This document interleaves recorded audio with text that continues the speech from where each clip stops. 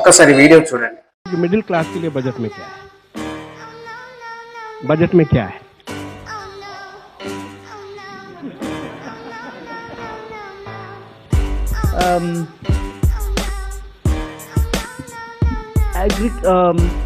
Higher education के लिए जब हम 5 यूनिवर्सिटी हब्स बनाने जा रहे हैं, it is very important to recognise that आज प्राइवेट सेक्टर में यूनिवर्सिटीज बहुत आ रहे हैं.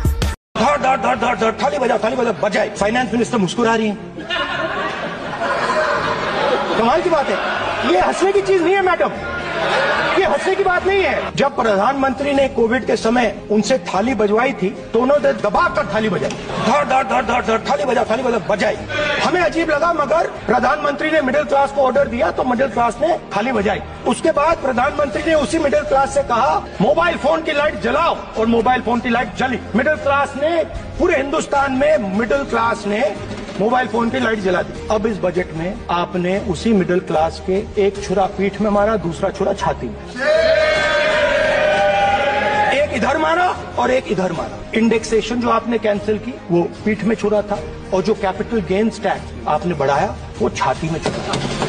చూశారు కదా, నిన్న కేంద్ర ఆర్థిక శాఖ మంత్రి నిర్మలా సీతారామన్ గారు ప్రెస్ మీట్ పెట్టారు. ఆ ప్రెస్ మీట్ లో ఒక రిపోర్టర్ అడిగిన ప్రశ్నకి ఆమె ఎటు సమాధానం చెప్పలేకపోయింది. ఎందుకంటే ఈ బడ్జెట్ వల్ల మధ్యతరగతి ఫ్యామిలీలకు ఏమన్నా లాభం ఉందా మేడం అని అడిగితే ఎలాంటి సమాధానం లేదు. ఎందుకంటే ఈ బడ్జెట్ వల్ల దేశ ప్రజలకి ఉపయోగం లేనప్పుడు మధ్యతరగతి వాళ్ళకి ఎలా ఉపయోగపడుతుంది అని చెప్పేసి ఆమె కూడా ఆశ్చర్యపోయి కొద్దిసేపు మౌనంగా ఉండి టాపిక్ ను డైవర్ట్ చేయడం అనేది మీరు చూసున్నారు. ఇదేం ఎలక్షన్ ఏది కాదు కదా మధ్యతరగతి వాళ్ళకు ఊరట కలిగించడానికి.